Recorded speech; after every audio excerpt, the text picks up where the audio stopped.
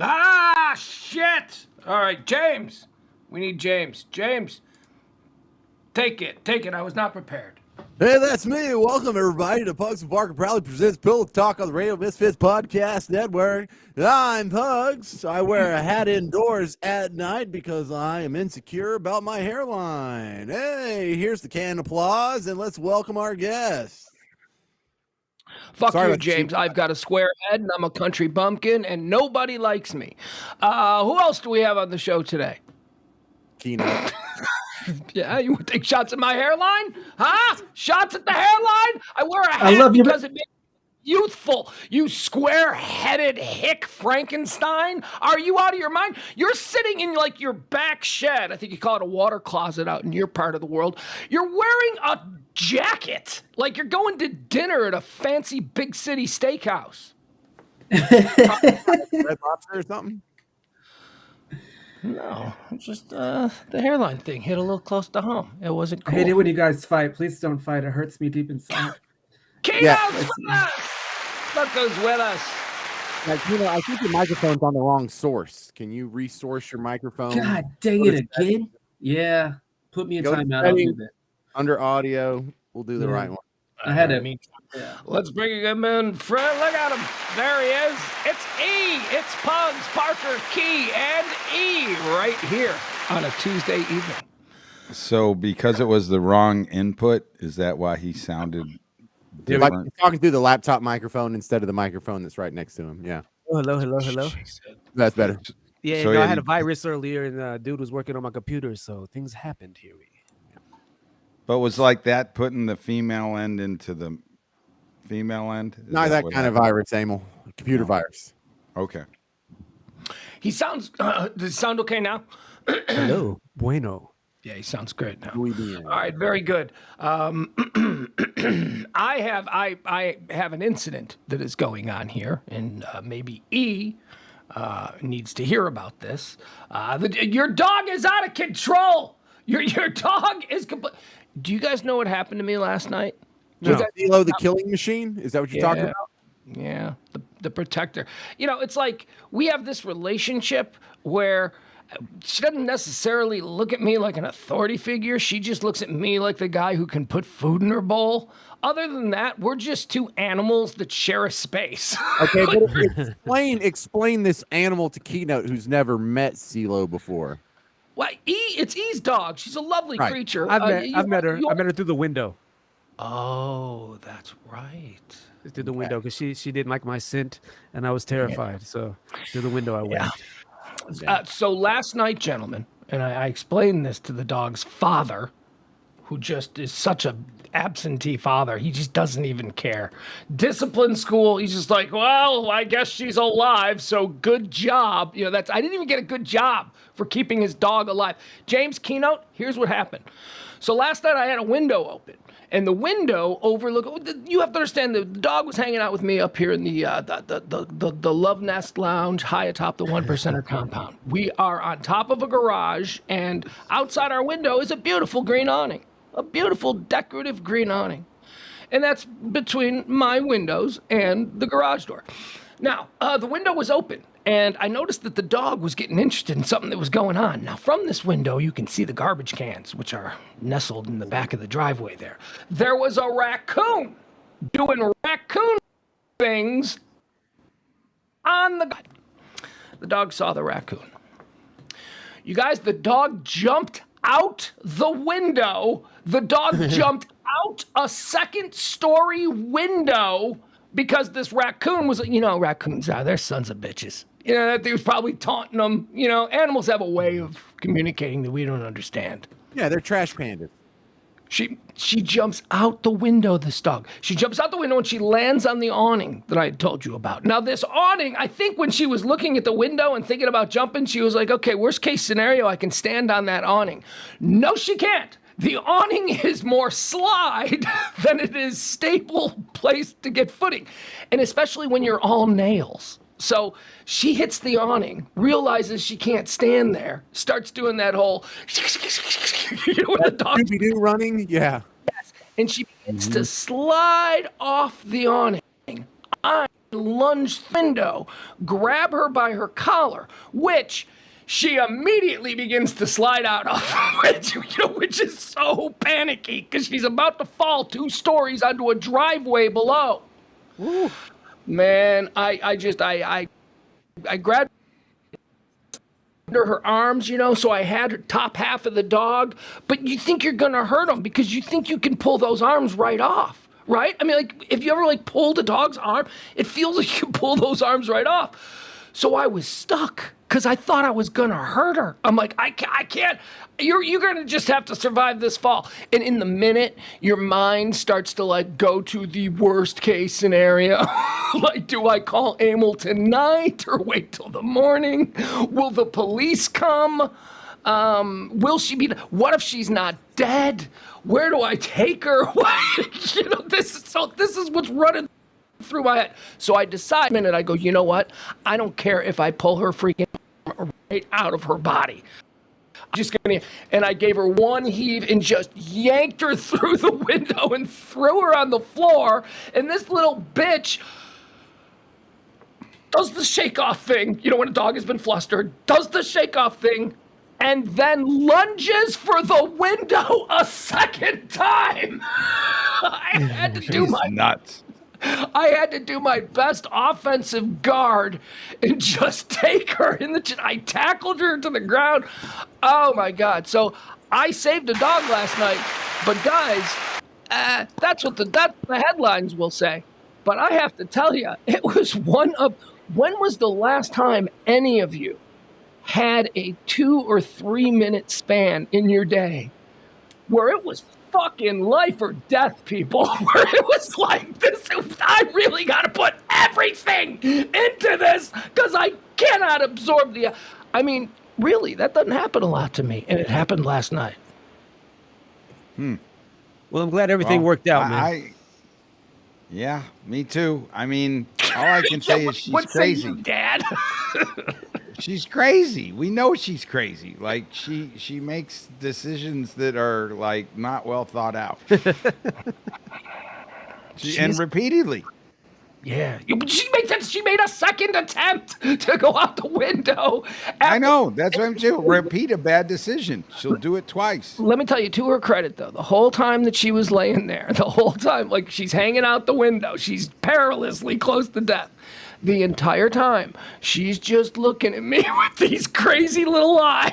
And these little eyes are like, I'm going to just remain still. I'm not going to fight you. Save me. You know what I mean? She became try bath. She didn't fight me at all. She was just like, okay, you're in charge. Get me out of this mess. And then, boom, right back out the window. She didn't get there the second time I tackled her, but...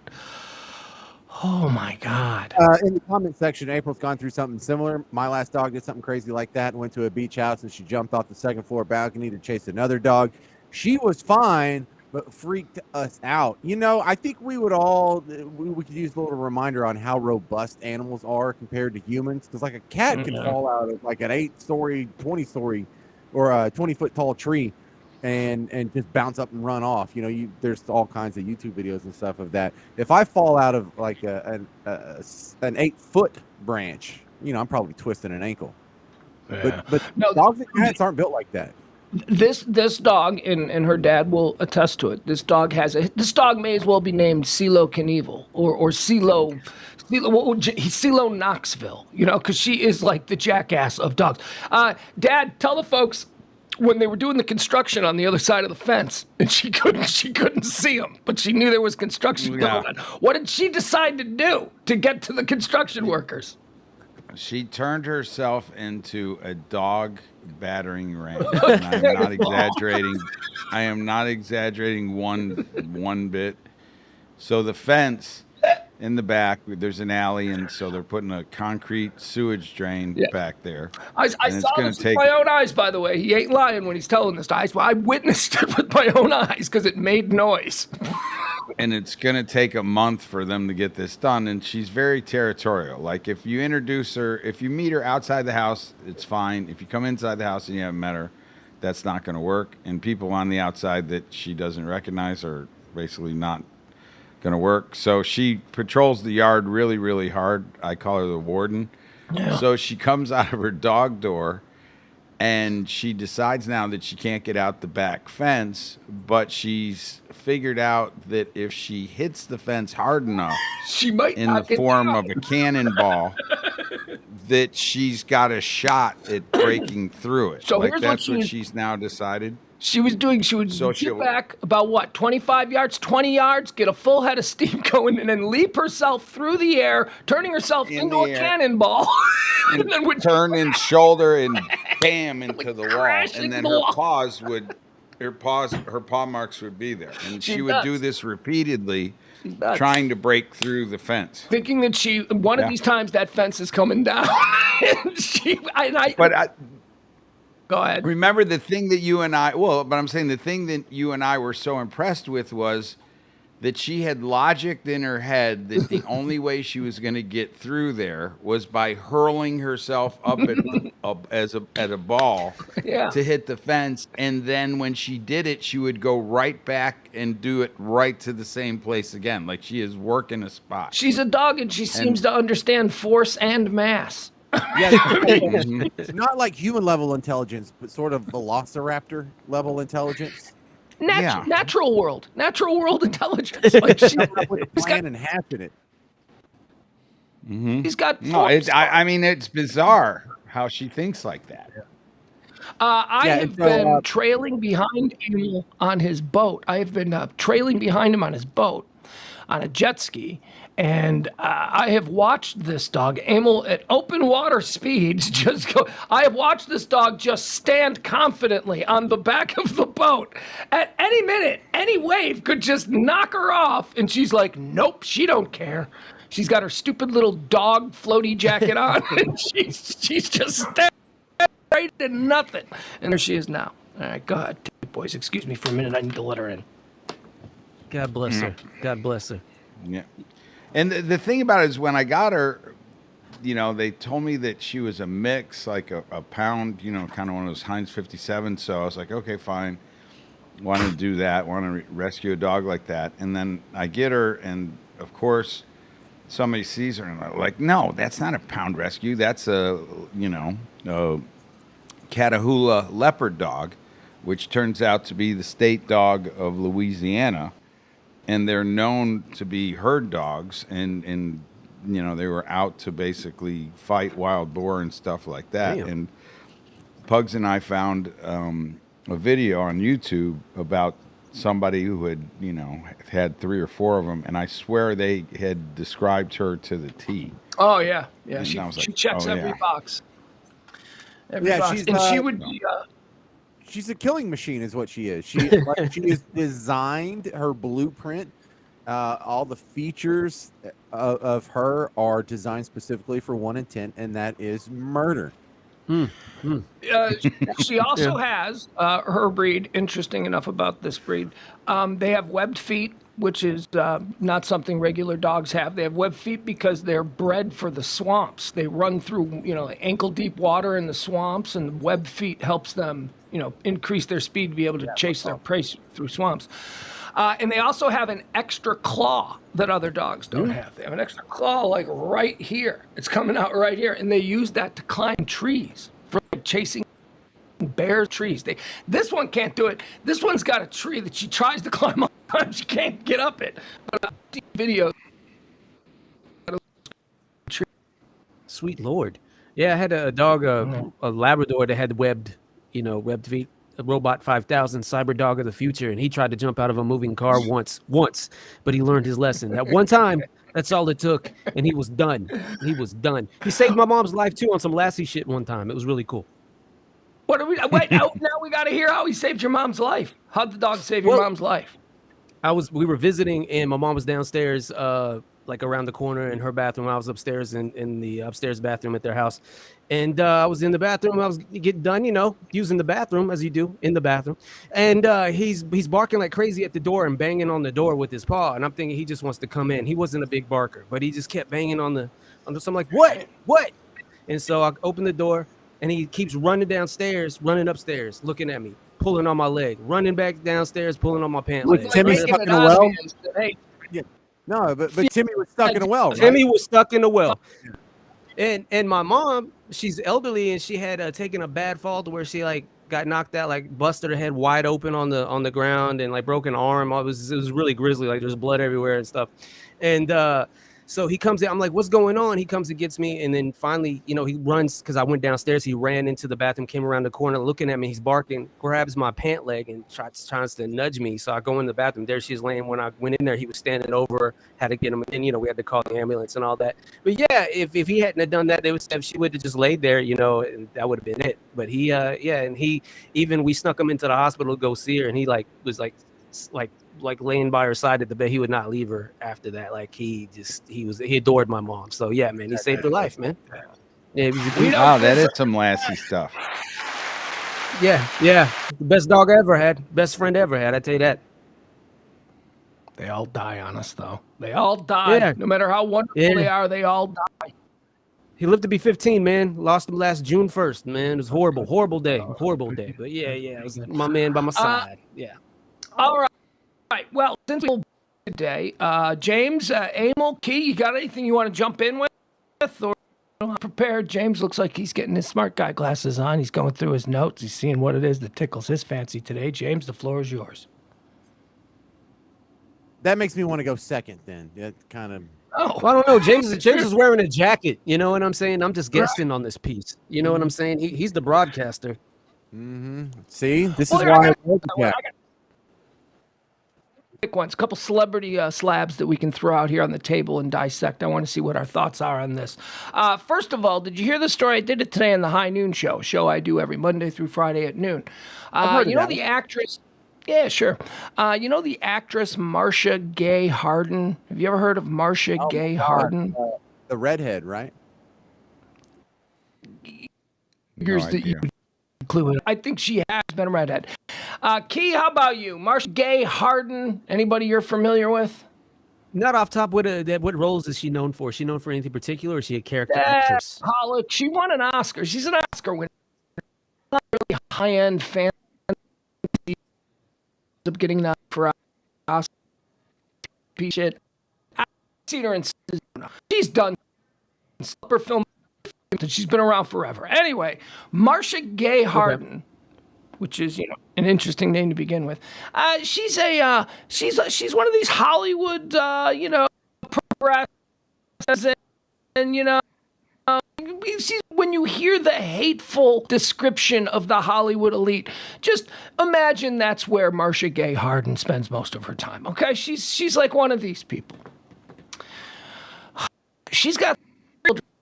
They're all like, I think, between the ages of 24 and 17. Marcia Gay Harden. I know who you're talking about. 3 children. I know who you're talking. Yeah, this woman. Pull up her picture. Saw the story.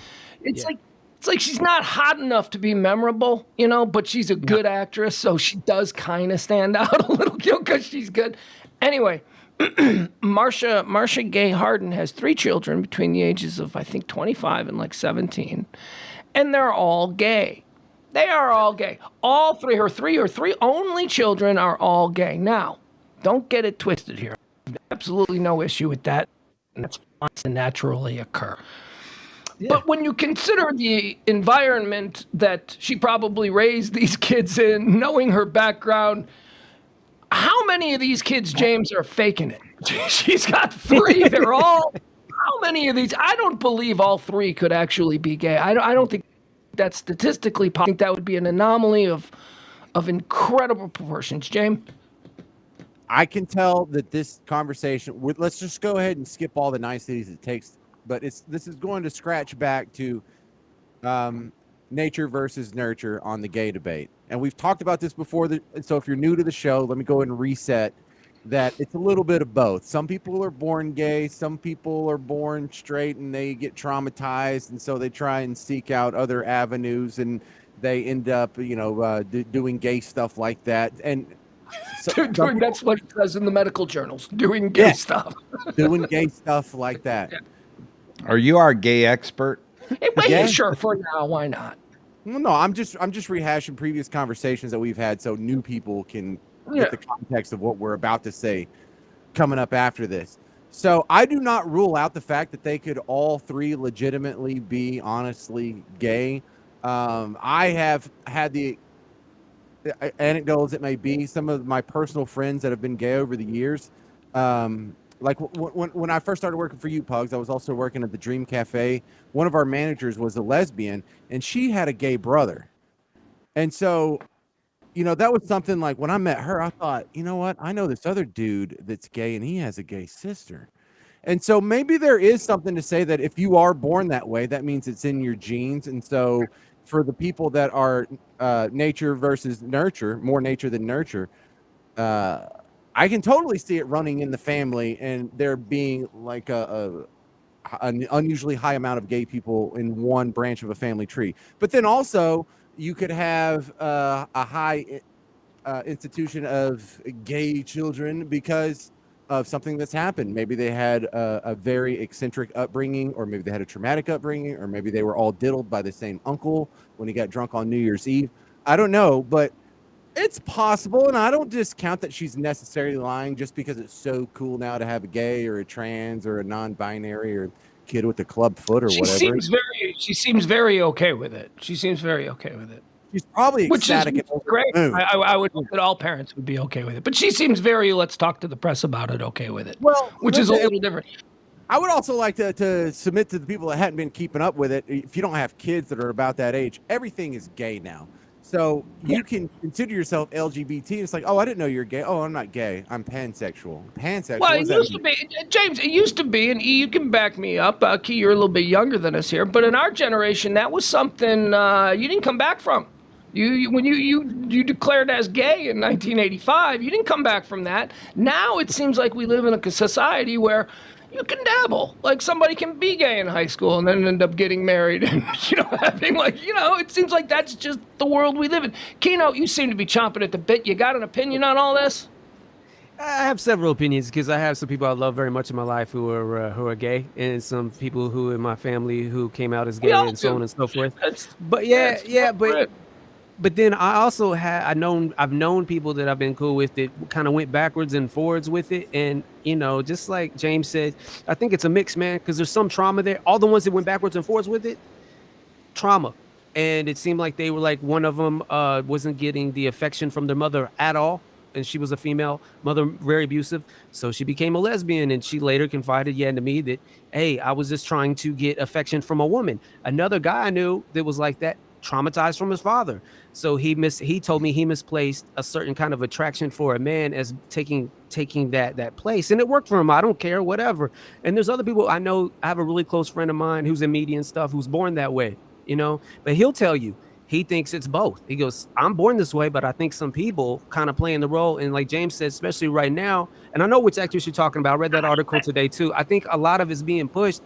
It's becoming an unnatural thing because it's becoming oddly enough in this day and time it's a cool thing. Like you get cool points. That's what I'm saying. Now it was always something that you could, you had the choice to dabble in if you wanted. Right. Society now within the last 10 years has made it not only permissible in a way that it wasn't in say 1985, but I think it's also celebrated. And I think that there is a lure to people going over and being gay for deciding what do you think? I'm confused because it seems like the category just keeps on getting larger. Like I don't even, there's like LGBTQA now or what? Yeah, like, I don't know. They keep adding letters and numbers, symbols. By the time we're done, we're going to have a whole alphabet. We've got like kind of half the alphabet right now. And so I don't know. To me, it's all weird. It's a line. It's a. Pardon? Get off LGBTQ. But I understand. My bad. I didn't mean to derail you. Yeah. Well, no. I mean, it's just like the whole. It feels like a landmine to me that I'm not comfortable navigating down anymore. Like I don't know how I'm about to turn 60 years old and I'm not quite sure how to reference another human, whether that be a male or a female. Like that, it just strikes me as odd that the older I get, we've developed, I guess, a whole bunch of people that didn't exist when I was a kid. You're either a man or a woman. Now you're whatever the hell you want to be, I guess. Well, And like I the think whole the argument would be they've always existed throughout history. It's just that culture, society didn't accept them as readily as maybe today's does. So it's not like they're I think new. they were as of- accepted.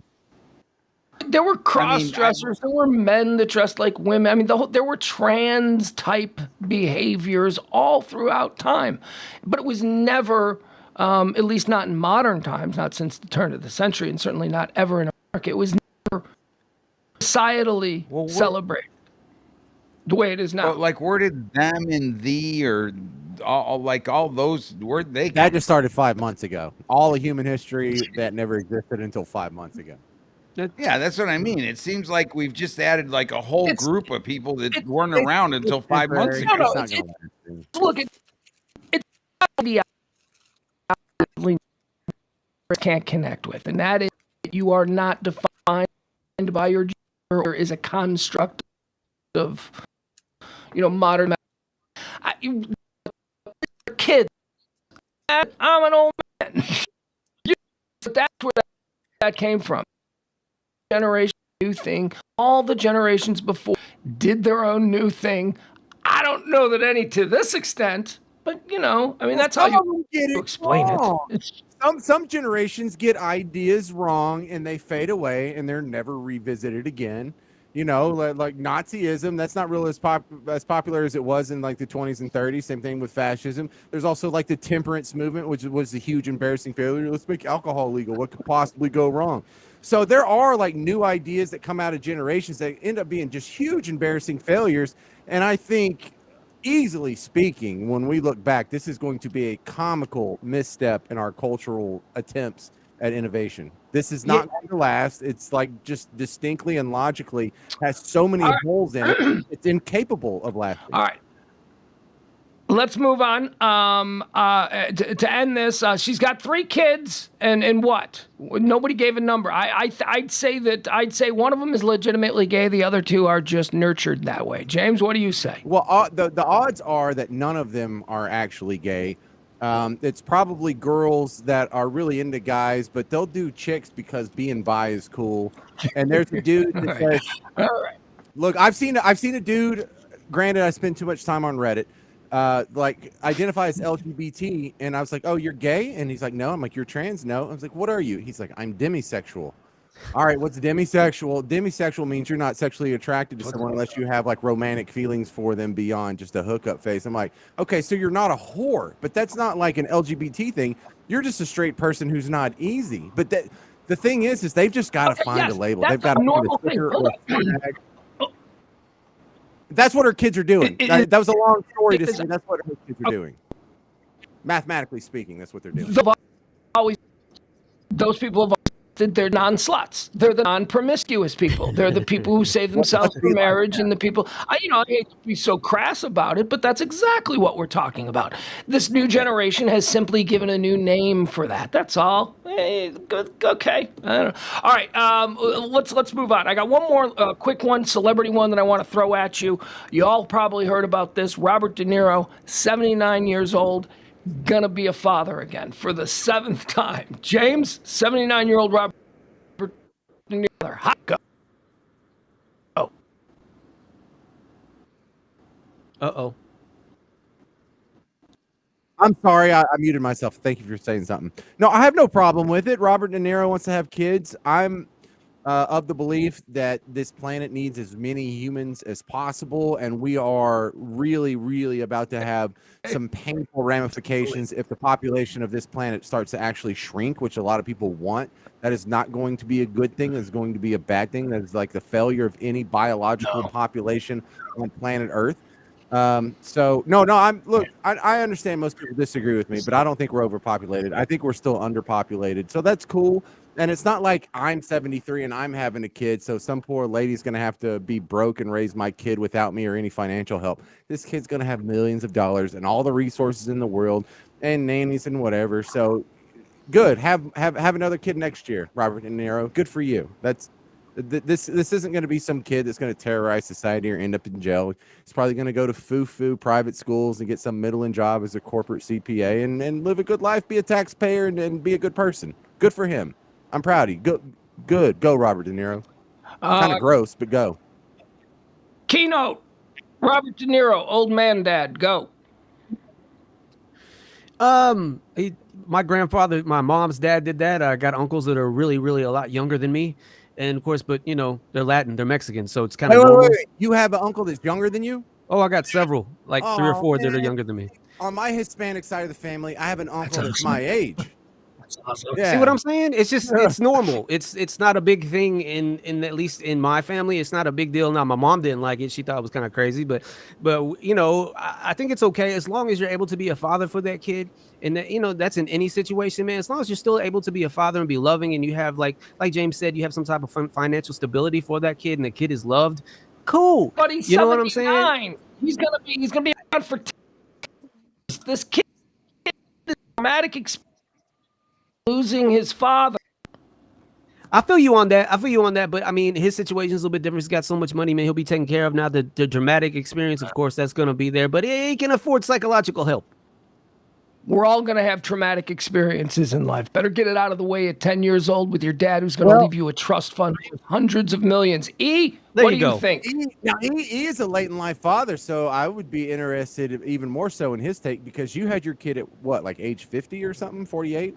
Well, let's see. If we roll back 11 years, it would have been 48.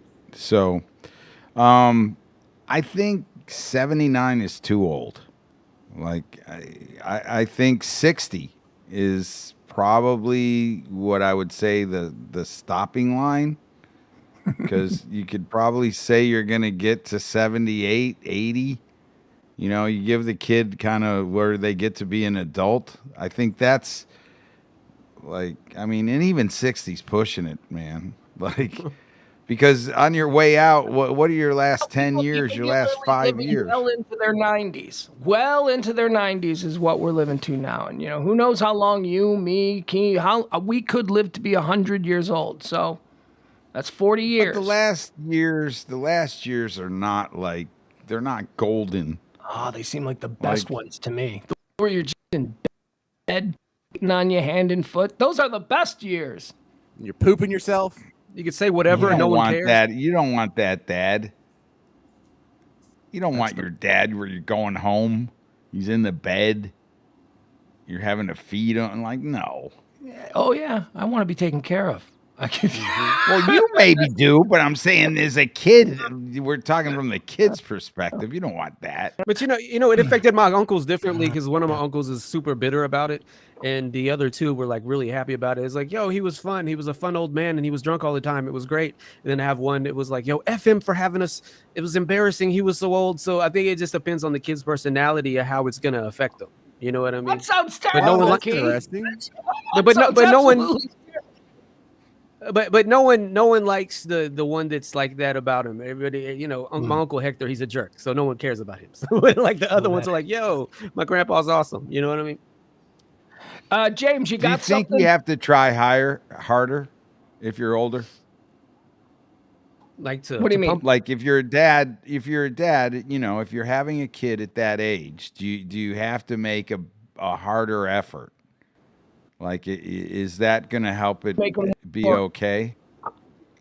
I make a more genuine effort. I think because you're older and you have more perspective on life, you understand what life is about. That's important. I think that instead of being a dad who misses birthdays or little league games, he'll fucking be there in his wheelchair with his blanket and nurse. I mean, I think that's one of the benefits of having an old. That's why the bond between grandparents and children is always stronger, especially in the young ages, than it is between parent and child. Because parents are out there doing parent things, seeing these damn kids every day. It's the grandparents who have the connections, and I think that has a lot to do with age and perspective. Go ahead, James. What do you got? Well, whenever I see Nazis, that's probably a good story, right? Let's bring up the Nazis. James loves his Nazis. Why are you laughing, Keno? I was being serious. No, I know. It's just whenever I see Nazis. Now that Whatever comes at the rest of that sentence is suspect, isn't it? So this is a Florida Nazi. So we're adding an extra level of chaos to this one. And in this story, you can see the headline here. Sweet. Florida neo-Nazi who converted to Islam admits to killing roommates for insulting faith. Now, I don't know. What a party! I kind of want to tell you the What a story. party that is. Huh? I said, what a partier he is. I know, right? So I kind of want to tell you the story, but it sounds like I'm making it. When I tell the story, it sounds like I'm making it up. So I'll listen to these dudes, okay? Can you all hear this here? How do you wish to plead? Do you understand the potential penalties in these? Those being 25-year minimum mandatory on counts 1 and 2, 10-year minimum mandatories on counts 3, 4, and 5, and a maximum penalty of life on all 5 of the charges. Do you understand that?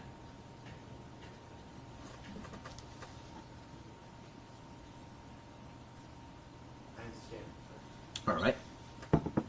How do you wish to plead to these 5 charges? Has anyone forced you or threatened you in any way? All right. So what is this guy pleading guilty to? This is ridiculous. Yeah. This is really retarded. Okay, so what we have here is Devin. I wouldn't have guessed his name's Devin. Kind of almost sounds black, which is ironically awesome. So I know, right? So Devin. You okay there? So Devin is a neo-Nazi. White people are awesome. Jews suck. People of color suck, and we've got to get rid of all these people so we can create paradise on earth with a bunch of white babies, and there's not going to be a whole lot of hair involved. They're very pro bald people apparently. Well, apparently this guy is just like an extreme dude because one day he wakes up and he decides neo-Nazism is not right for him, and he's going to go to Islam, and not the fun little Islam that was Casey Kasem or Dave Chappelle. He's going to be the kind that wants to blow shit up, and he hates, Western civilization and whatnot. So it's one of the weirdest turns possible because, they only have one thing in common, the neo-Nazis and the terrorist fundamentalist Muslims, and that's that they hate Jews. But other than that, they don't disagree on a whole lot. And this guy went between both camps. The problem is, when he was a neo-Nazi, he and 2 other neo-Nazis became roommates because that's what you do. If you're neo-Nazis, birds of a feather, hang out together. You can watch American History X and pop popcorn and, just high-five each other for the first half of the movie and then turn it off. But the problem is he converts to Islam, and he's still living with 2 neo-Nazis, but now he's a fundamentalist Muslim, basically a terrorist. He's on the road to terrorism, right? And so his roommates start giving him crap. Now, you know how I have the friend that was sleeping with a Nazi for a while? Yeah, now wait a second. So these roommates, are these still the neo-Nazi roommates? Yes, they are skinheads. Oh, so he's They got converted to the Islam, scary tattoos and everything. didn't move out. He And converted still to live- Islam and didn't Yeah, move look, out. Islam, but a lease is a lease. So he's giving him crap, and they keep making fun of his face. There's probably some camel punchlines in there or something. I don't know the specifics on how they got him so mad, but eventually he gets mad. Fundamentalist Muslim terrorist kills his neo-Nazi roommates. Now this happened 6 years ago, so I've been glued to the internet waiting for how this was all going to pan out, and it finally panned out in Florida yesterday on my birthday. So he pled guilty. Hey, look at that.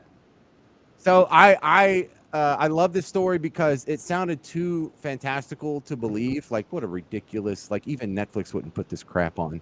But now that the guy pled guilty, like not only is it true, he's not even arguing with it. So this is one of the greatest stories of all time.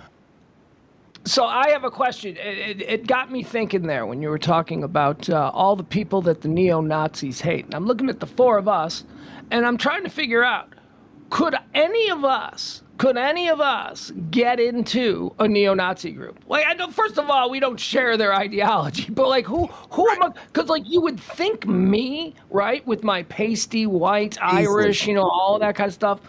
But I'm a papist. I'm a Catholic. They don't want me, That's a check against. No. I don't think the Klan is anti-Catholic, but I think Nazis are cool. If you have a Catholic background, they're down with it. But I can't confirm that. Would that really exclude you?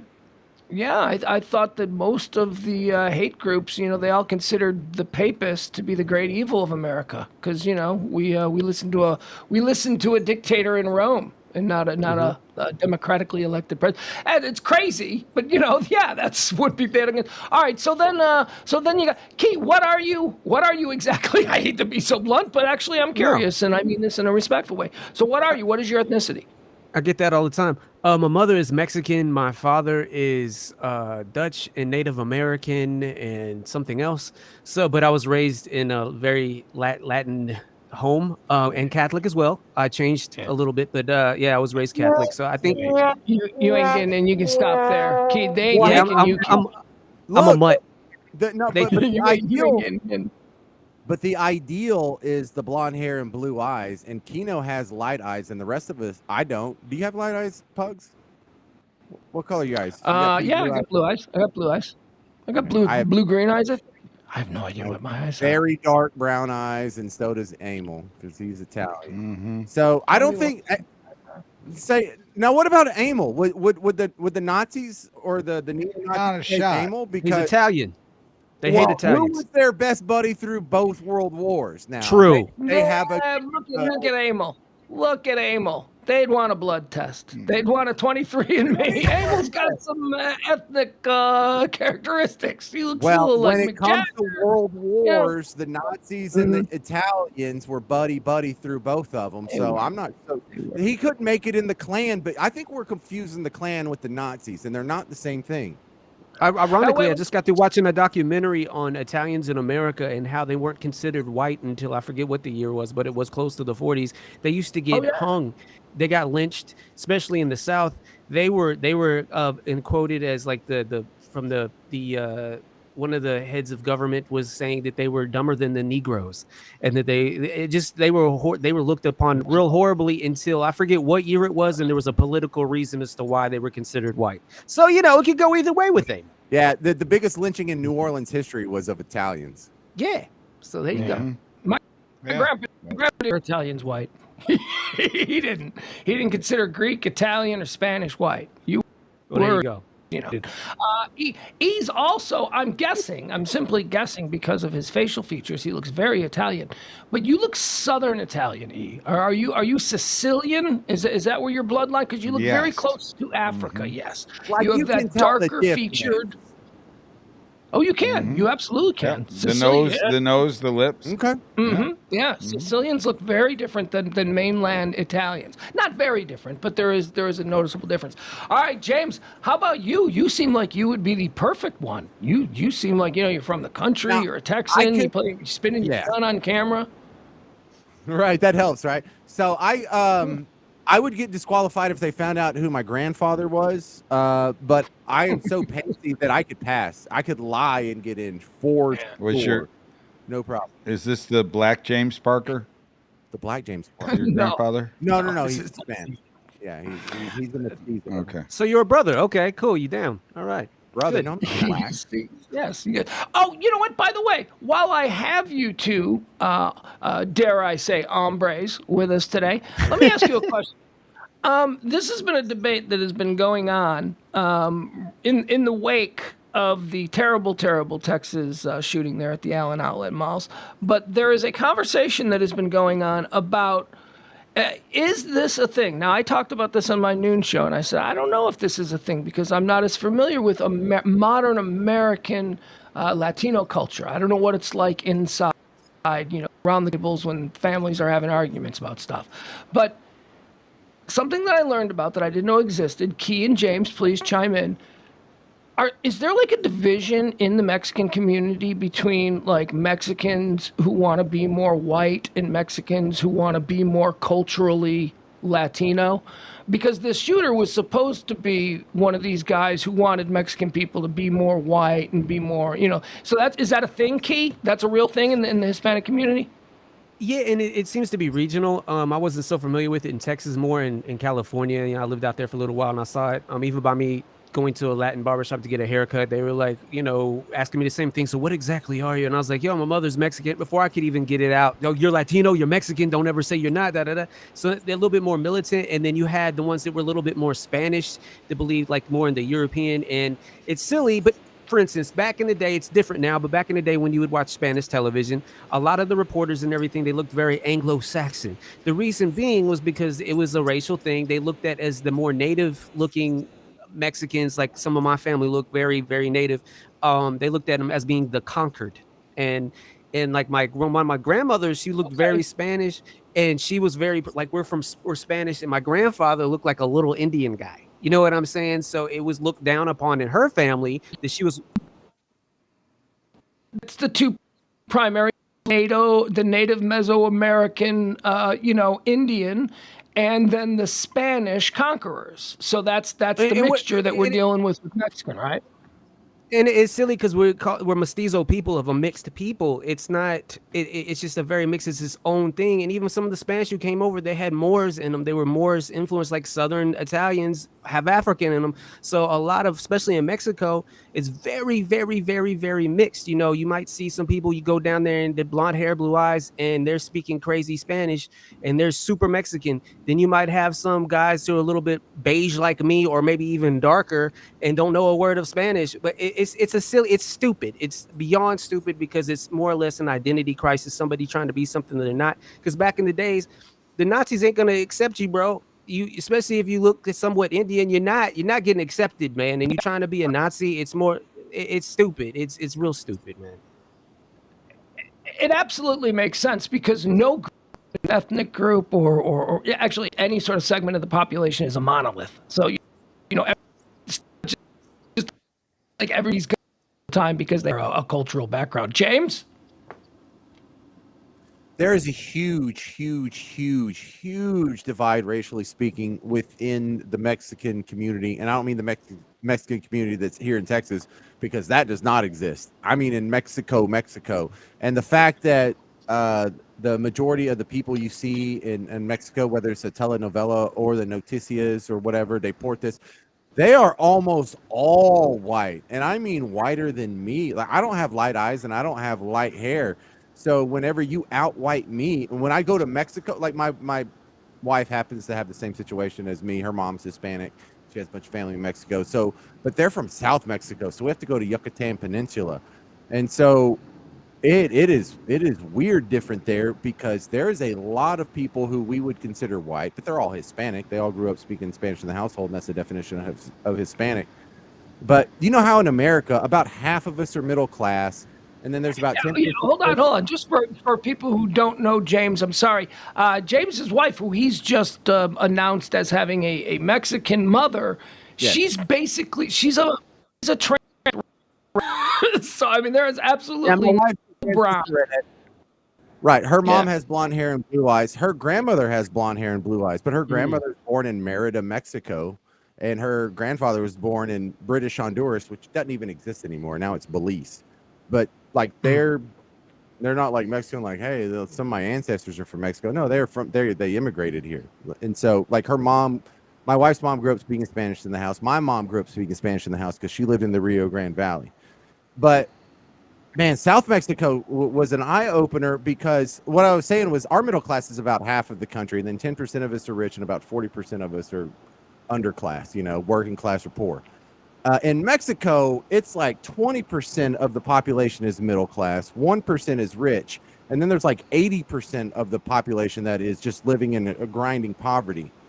And when you get out of the border regions and you get down into Mexico, that is driven so starkly along racial lines, it's almost offensive just to observe it. So like the people that are the poorest folks, when you get out of the major cities and people are just living in cinder block houses without electricity or plumbing, Indians. They're full-blooded Indians. They're not even mestizos. In fact, you have to be a mestizo to get to live in a city to experience a middle class. And if you're going to be one of the riches, you're probably just as white as me. It's disturbing, dude. It's disturbing to watch, because we have been trained as Americans. It's not supposed to be like that. The best rights at the top, no matter what. Michael in the chat room brings up something that reminds me of this is the Sammy Sosa situation. Sammy Sosa, the baseball player who famously bleached his skin so that and he looks like bleached his skin, and he finally gave a long sit down Chicago Tribune about this and about all the things that he comes from right now.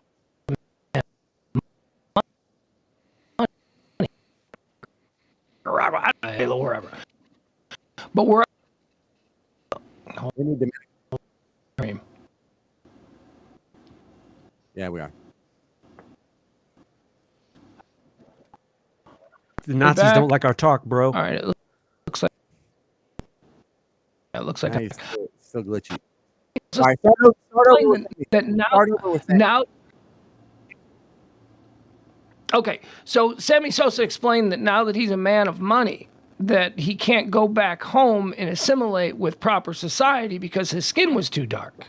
So he was looking at life going back home, now a person of influence, and he wanted to be able to socialize with the fancy people of wherever he came from, and he was just too dark. So that's why he started the skin bleaching treatments, because the Europeans of Spanish descent were the ones in his society that seemed to be the ones everyone aspired to be like. E, you've been quiet on this. Any thoughts? I think if you're a man and you bleach your skin, that's not right. No, not right. That's something that are even bleaching, their dark star.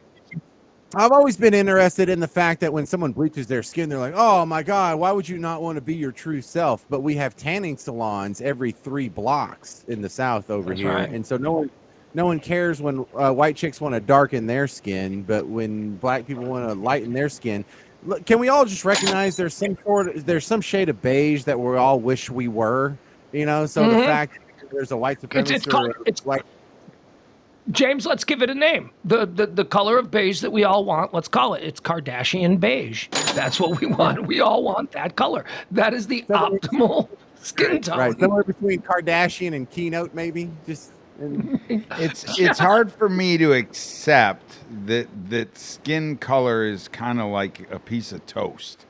Like it can get too dark and you just don't want it. Like I don't believe that. Well, so look, see, that's the other thing I wanted to bring up today, because I have this weird thing that I think other people have, and it's just not reflected in the media.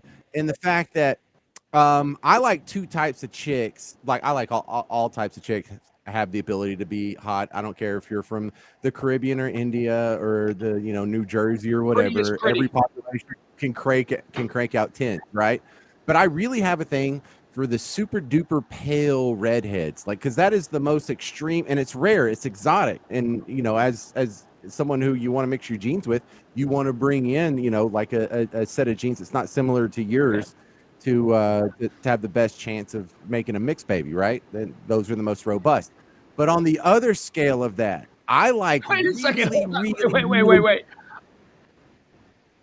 Are you that you like the pale redhead because she's like a genetic clean slate for whatever you're trying? Is that what I think that's what I just picked up on. No. So she's a genetic clean slate. Right. So right. He felt like he would have a chance at a pure like the version of him. Real quick, James, I want to see if you noticed something real quick, though, because this has been a debate with me and the Soul Brothers, if you will, that I'm around all the time. Have you noticed there's 2 types of redheads? There's the redheads that have ass, that have shape, and they got that reddish skin but they're kind of a pale red. And then you got the ones that are like really, really pale with no shape and just really, really redheads.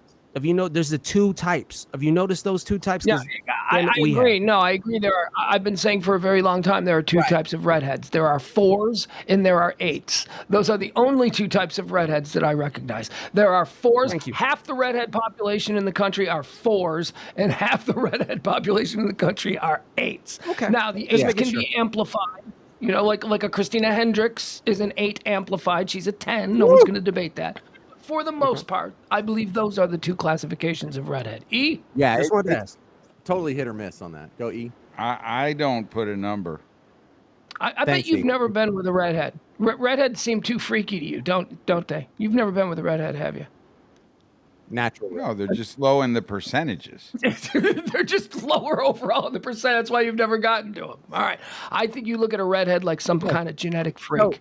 Beautiful, but society will look bad upon you. No, not at You all. said it. You would never take a redhead out of town. You would be embarrassed. All right, James, go ahead. Sorry. I see. I mean, I don't see color. I see beauty. Like I don't like. I mean, Get out of here then. Red Stop hair it. sometimes works. Blonde hair sometimes works. Like it doesn't. Most of Like the time. you don't for have you. a type. Most of the time, blonde is what you're. James, please take the floor. I know you're trying to get something in here.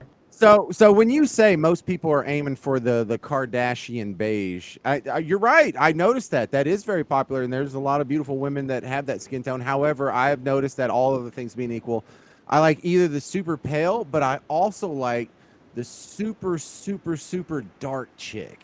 And like there's some chicks like the darker the better. And I've noticed that I am bipolar in the fact that it's not that I don't like beige chicks or the things in between, but I have a special, like my antenna gets a special little buzz from the ones that are on the extreme ends in either direction away from the beige. So super light chicks have a special sort of beauty that I just can't seem to find any comparison to. And then the like really, really dark chicks have the same thing going on. Like, wow, that almost looks mythical.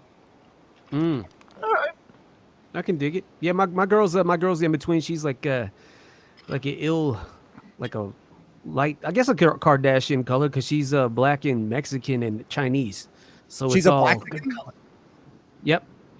She's all like she stays tan year round, but then sometimes it's like, wait a minute, you're a little bit lighter today than you were yesterday. And my kids are just, how much Chinese is in her? That's interesting because the interesting part about America and American society is like there's a lot of societies that have a mix of people, but they haven't interbred. Us and Brazil are the only ones that have this sort of interbreeding where anything can be an American. Tiger Woods, who's like half Chinese or Thai or black or whatever the hell he is, Irish or whatever. We have like these Patrick Mahomes and these Colin Kaepernicks that no other countries have. So I'm super interested in the mixes that come out of America. Yeah, my kids are straight up like American. they were. If you ever looked at the UK, half their celebrities in the UK are native. But in United Japan, Kingdom, 98% of Japan is Japanese, right? Lewis 98% Hamilton. of Cambodia is Cambodia. Yes, It sounded like James was You're cutting up on me. I can't hear. Go ahead. Are you there? Goey. Yeah, we hear you.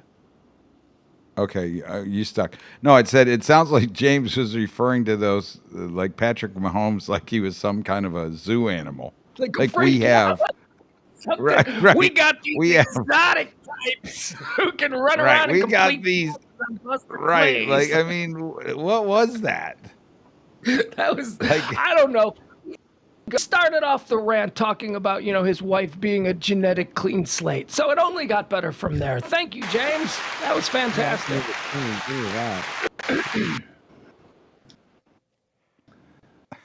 I think that this is. I think that No, we're not done. We're not done. The other thing I wanted to share was Angel Reese. Angel What's Reese. this? My new favorite, I have a favorite female basketball player. Finally, this was all leading somewhere. I wasn't just talking about me and my love for especially dark chicks. Oh, this could get interesting. She says she's a queen. Wait, hold on. This is Angel Reese from LSU, right? Yes. Now look, she's cool. She won the championship, and there was like a little bit of hubbub because like the girl said you can't see me from Iowa, and you can't see me back, and they're like, you were classless. I'm like, dude, they're trash. Like they're not even mad at each other. Y'all realize y'all care, but they didn't even notice this. Y'all are just inventing something to talk about. So I loved that story because when they finally actually had a microphone put into them, they were like, what are you talking about? No, I'm not upset at her, dude. That's just fun little trash talk that everybody does at every game. Have you never played a sport before? James. Yeah, go ahead. James, here's the thing that people don't understand about you're talking about Caitlin Clark.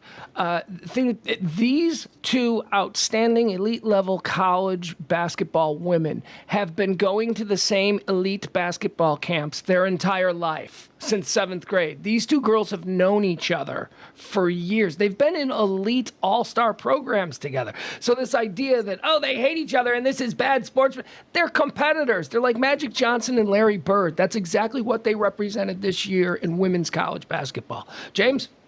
Oh, I loved it. I saw them both talking trash, and I fell in love with both of them, right? So Angel Reese is going to be in the Sports Illustrated swimsuit edition. Oh, yeah. Can we watch 57 seconds of this? Hi, I'm Angel Reese, and I'm in Sports Illustrated Swimsuit 2023. I am unapologetically Angel. I am a queen. I am confident. I am strong. I am who I am. The biggest takeaway I want people to know is you can be girly off the court and still have swag and just be who you are. I mean, I embrace my body and who I am, and on the court, I can still ball.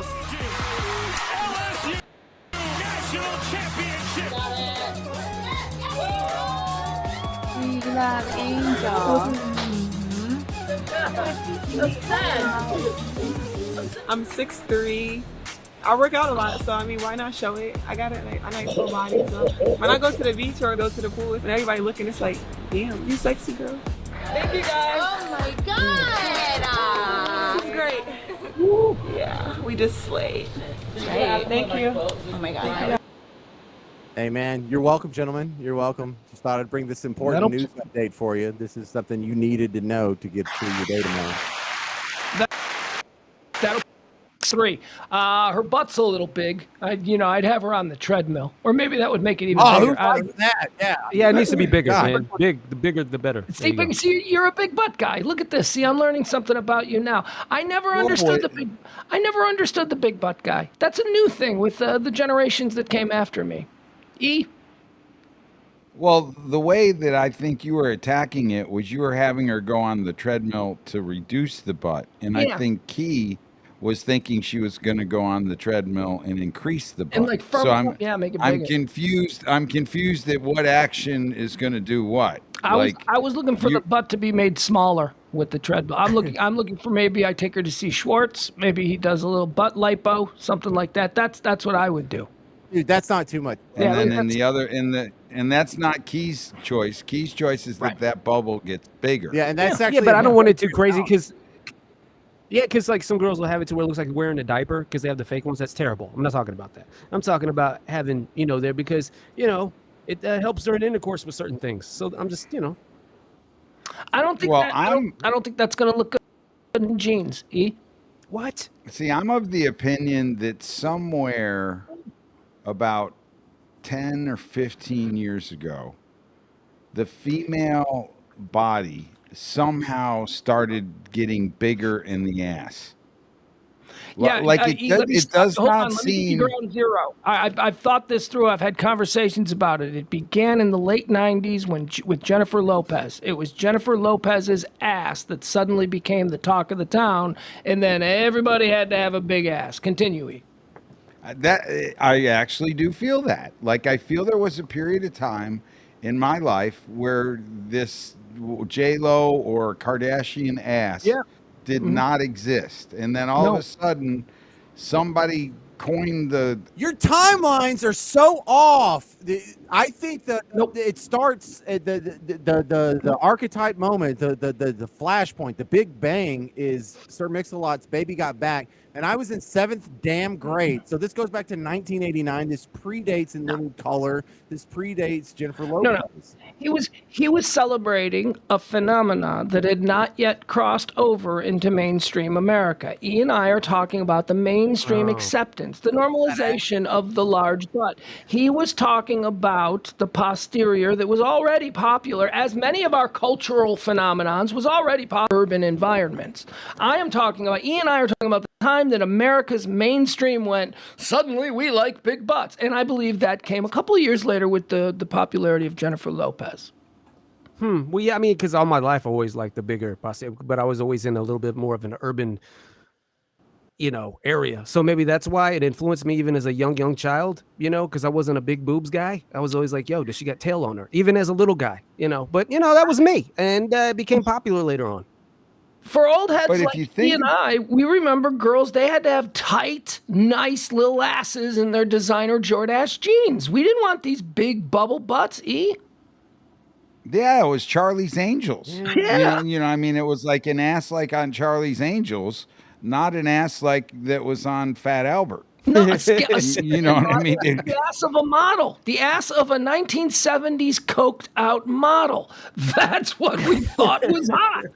That's what I learned to appreciate. The ass of a 12-year-old Filipino manservant. That's really what we're talking about. We're talking about grown-ass women with teenage boy butts. That's what was all the rage. And then suddenly... It seemed like it was. And then, like you said, all of a sudden, just one white, or interpreted as, maybe semi-white ass that was bulgy like that, all of a sudden just popped out, and then everything worked from there. There's two levels of emotions here. There's sort of the boyish emotions where you see the girl with the tiny little tight ass and the Jordache jeans, the Kate Moss or whatever. And you're like, oh, that's so pretty. That's so cute. But then there's the grown ass emotions you have where you see a chick that's shaped like my wife and you're like, I want to get that bitch pregnant. Right, and it's not the same thing. Like you don't feel that way. You're saying that through a 2023 lens. We are simply talking about the lens of 1985 that wouldn't say what you just said, seeing what you just described. Times have changed. That's our argument. 1997, James agrees with me. There you go. All right. I mean, I can get used to the big butt. Totally Angel against it. Oh, wait, we didn't. Oh, man. Keynote, can you send us some wrong? pictures of your mom? We need some pictures of Keynote's mom for the new game. Yeah. No, Kind of weird. Not his mom. He needs his friends to send in their mom. No. Just give him the quick rundown, Pugs, on the game. Okay, so I wanted to mention this to you earlier when you mentioned that your mother was elderly. We have a new game play on this. Charo Mom, where we take pictures of your mom. You will send us pictures of their moms, and we look at a picture of Charo from 2023. Do you know who Charo is? Yes, I do. Yes. Okay. So Charo, if you remember from the 70s, was really hot. But what does Charo look like now? So we look at a picture of Charo from the last couple of years, and then we look at a picture of your mom, and we have a conversation about who we'd rather get romantic with. That's how the game is played. It's called Charo or your mom. Dude, two people submitted their moms yesterday. It was great. It was so stupid. Like, so it has to be my mom from now, but not my mom from when because I have a picture of my mom when she was young, like right here. Send them both. We'll walk down. Yeah, we want the young one because we're going to compare her to a 18-year-old Charo. We will evaluate we how want ethical your mom is at all stages in life. I don't know if you can see that. We and you don't show it now. Don't show it. Hide it. Hide it. Don't show it. Yeah, we want to do this on the show. So you might been, and don't worry, moms of the world. Last night, Barney submitted him, and we all decided that we would rather have sex with Barney's mom than Charo. How wonderful for Barney's mom. Barney's mom won. Barney's mom was hot. She did. She won 5-4 in a race to 9. It was close. In all the different categories. Charo. That was the only three-way voter. I voted each time for Barney's mom. Yeah, so Charo or your mom. Hey, look, Barney did it right. Because Barney gave us his mom's high school yearbook photo and then a picture of her at 40 and a picture of her now. Okay. And and then we evaluated her against Charo at all 3 phases of life, and Barney's mom won. Like, he's really proud of that. Barney's mom was. And I'm saying legit one. Like that was legit. Okay. Side by side at a Hollywood party in 1980, and you're looking at 2 chicks at the bar, and you see this is 1980. You see 1980 40-year-old Charo, and then you see 1980 40-year-old Barney's mom. You're gonna think that Barney's mom was the exotic one. You're gonna think that Barney's mom was like the supermodel or something. That'd be the one you'd talk to. Like, look, The only